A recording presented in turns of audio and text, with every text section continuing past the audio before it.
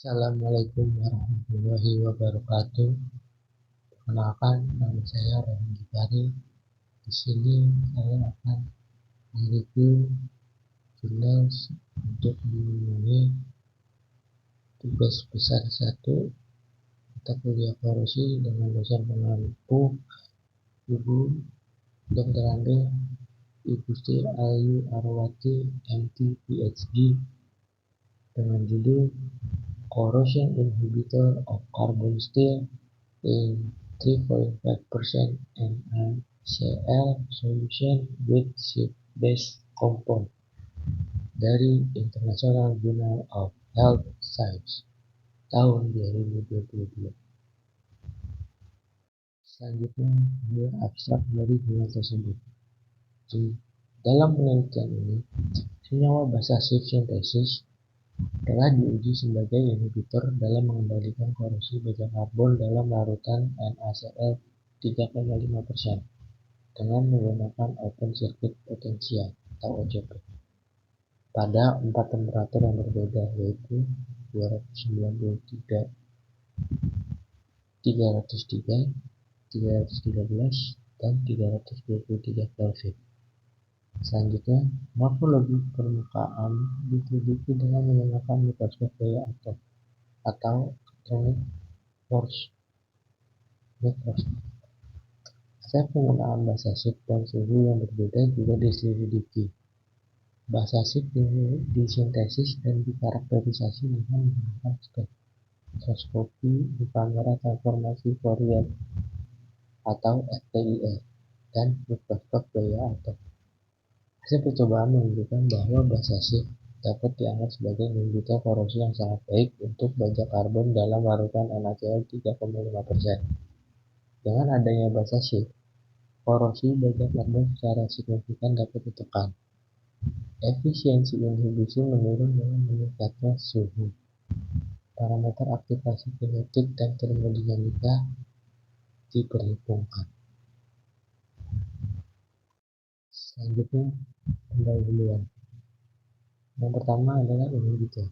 Tujuan inhibitor kimia adalah untuk mengurangi laju proses korosi.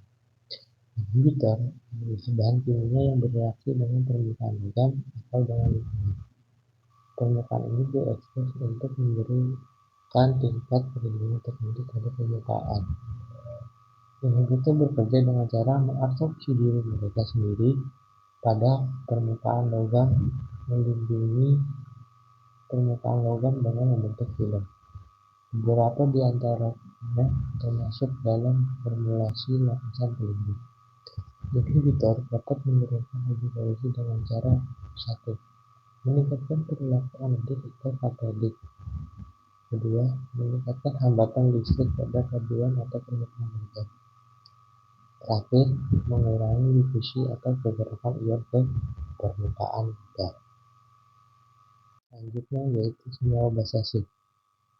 Adalah senyawa yang mengandung atom karbon dan nitrogen yang terhubung dengan ikatan rangkap dengan gugus alkil yang melekat pada atom nitrogen yang membentuk gugus imina. Yang pertama melaporkannya adalah Hugo Schiff pada tahun 1864.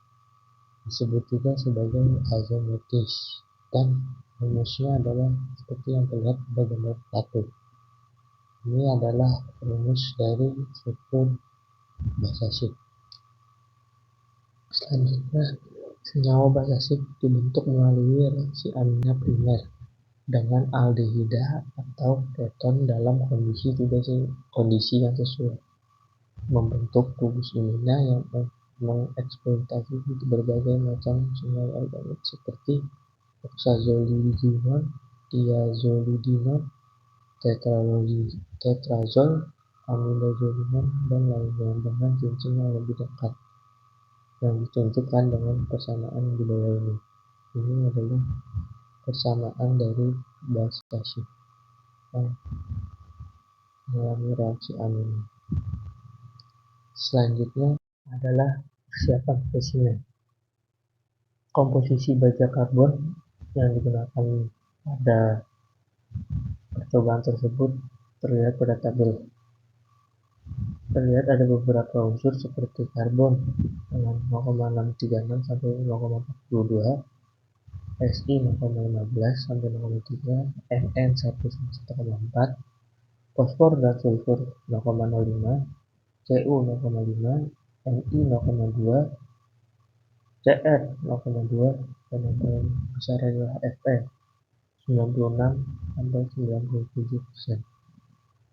Baja karbon tersebut memiliki ukuran diameter 1 cm yang digunakan untuk media polarisasi. Baja karbon dipoles dengan mesin pemoles dinding secara berulang dan menggunakan kertas amplas dengan grid yang berbeda secara berurutan, dan akhirnya spesimen dicuci dengan air dan dikeringkan.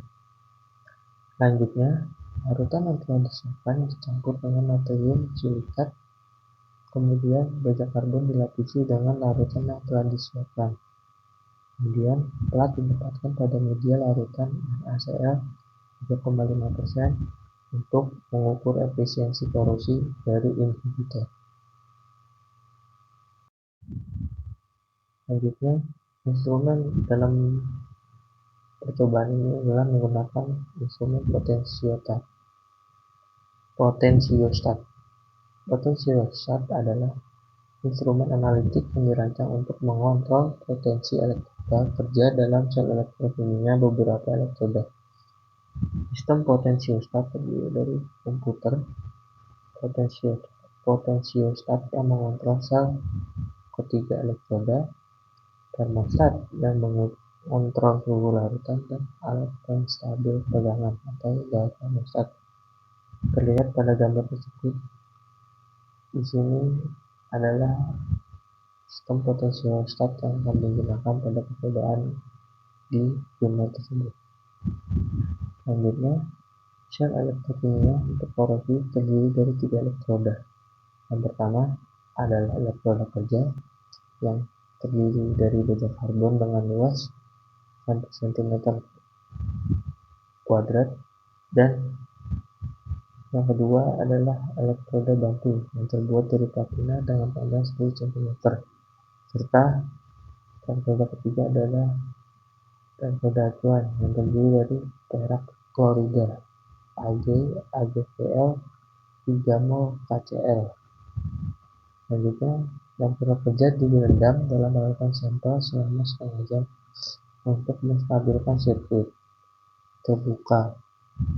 Kurva polarisasi tafel diperoleh dari secara otomatis dengan minus 200 mV terhadap open circuit potensial atau OCP hingga plus 200 mV terhadap OCP dengan laju pemindahan 2 meter per second.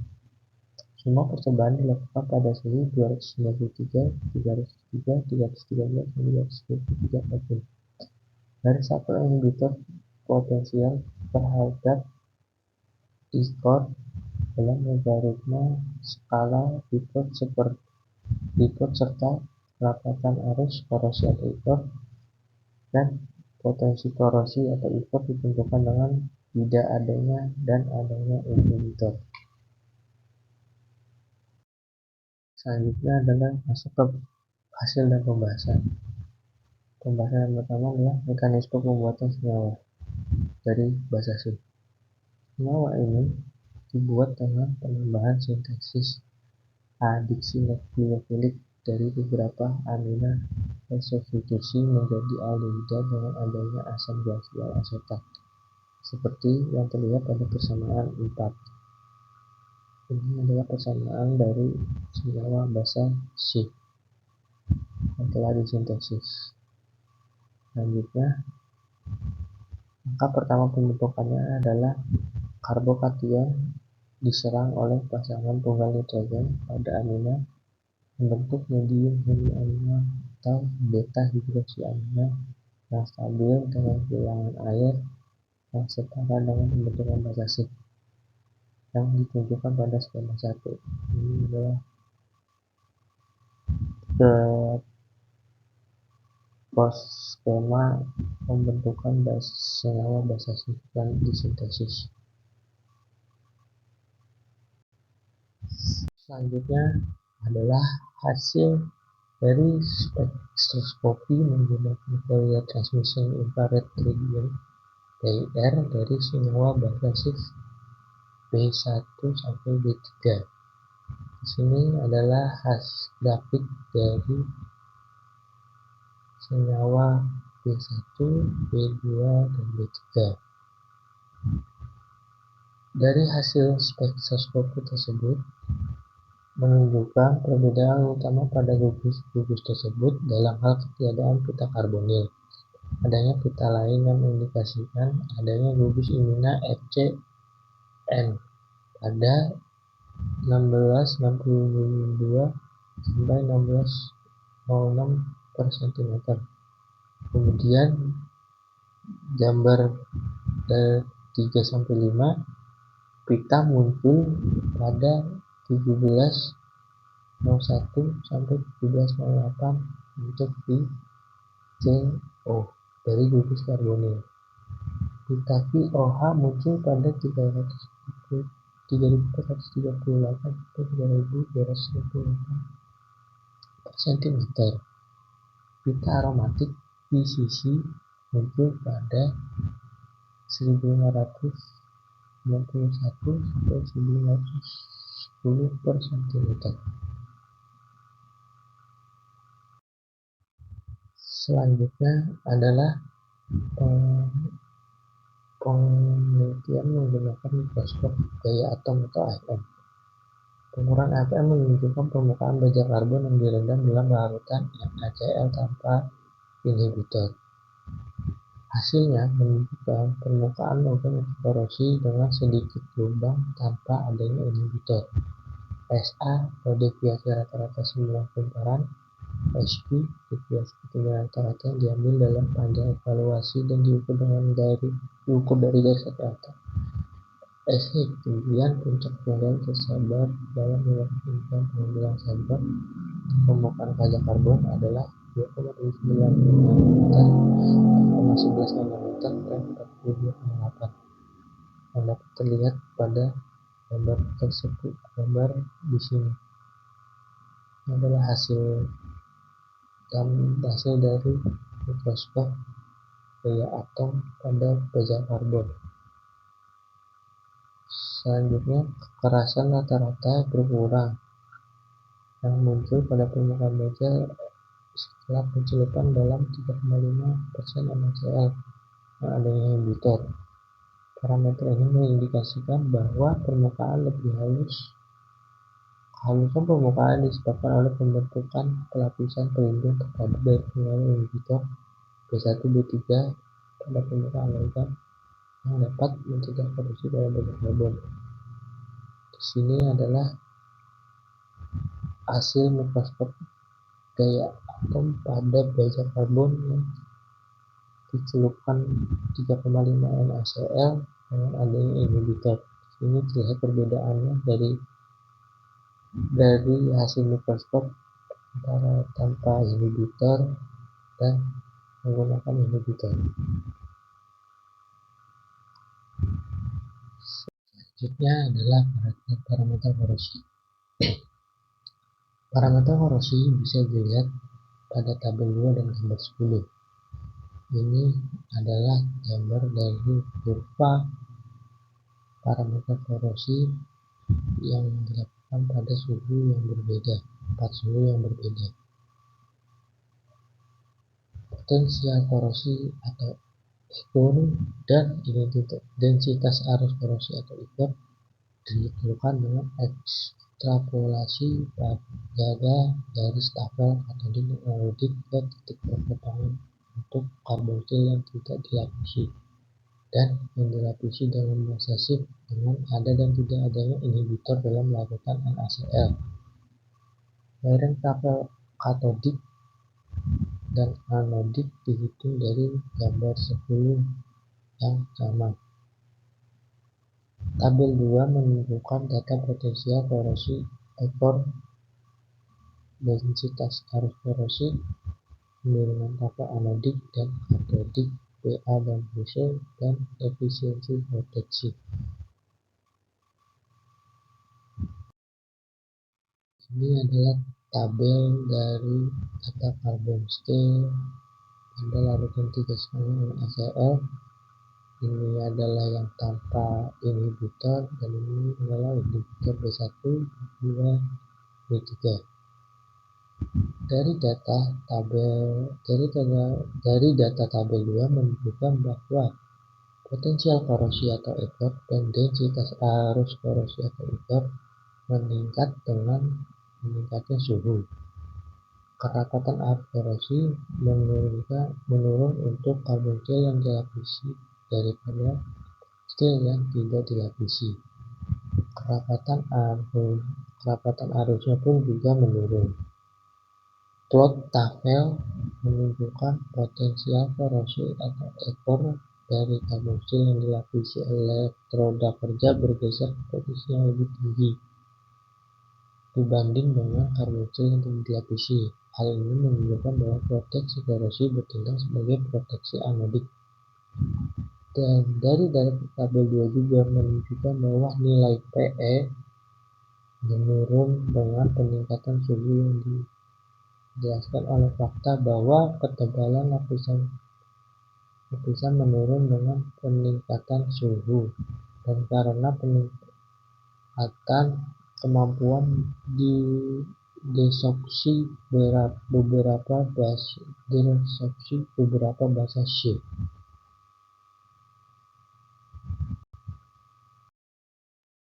Selanjutnya adalah perhitungan efek suhu pada korosi carbon steel.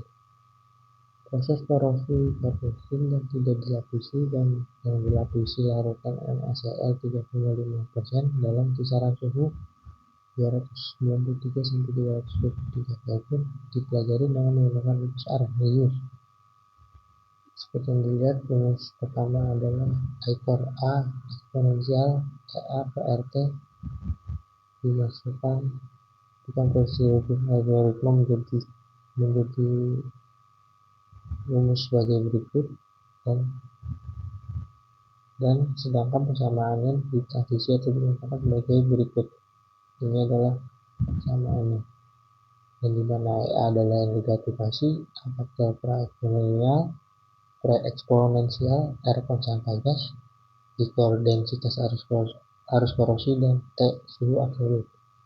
N elemen gabung, A konstan Planck, dan delta S entropi aktivasi, dan delta H adalah entalpi aktivasi. Angka-angka tersebut menunjukkan plot Arrhenius untuk korosi pada carbon steel yang tidak dilapisi dan dilapisi dengan larutan NaCl 3,5%. Nilai EA dan A diperoleh dari kemiringan dan intercept masing-masing plot. Gambar 12 di seksi selanjutnya nanti menunjukkan plot logaritma ekor T terhadap satu T, perubahan entalpi aktivasi delta H, dan perubahan entropi aktivasi delta S diperoleh dari kemiringan dan intercept. Energi bebas Gibbs aktivasi atau delta G ditekan dengan menggunakan persamaan delta G sama dengan delta H, atau entalpi aktivasi dikurangi dengan perkalian suhu dan delta S atau entropi aktivasi. Ini adalah gambar dari plot ekor terhadap suhu pada senyawa B1 dan B3 tanpa adanya inhibitor pada 3,5 NaCl solution. Dan di sini adalah perhitungan dari rumus di slide sebelumnya. Ini adalah plot gambar dari ekor T terhadap seper T. Dan ini adalah perhitungan delta G-nya yang ada pada rumus di slide sebelumnya. Dan terakhir adalah kesimpulan. Kesimpulan dari jurnal tersebut adalah densitas arus korosi atau IKOR dan potensial korosi atau EKOR meningkat seiring dengan meningkatnya suhu. Kepadatan arus korosi atau IKOR menurun setelah melapisi karbon steel dengan inhibitor dan tanpa adanya inhibitor. Efisiensi proteksi atau PE% menurun dengan meningkatnya suhu untuk karbon steel yang tidak dilapisi dan dilapisi dengan tidak adanya dan adanya inhibitor. Senyawa B3 yang dilapisi CS atau karbon steel memiliki efisiensi PE yang lebih tinggi daripada senyawa B1B2 yang dilapisi karbon steel. Analisis AFM dan SEM menunjukkan bahwa proteksi ini terjadi karena pembentukan lapisan pelindung pada permukaan logam. Sekian dan terima kasih. Wassalamualaikum warahmatullahi wabarakatuh.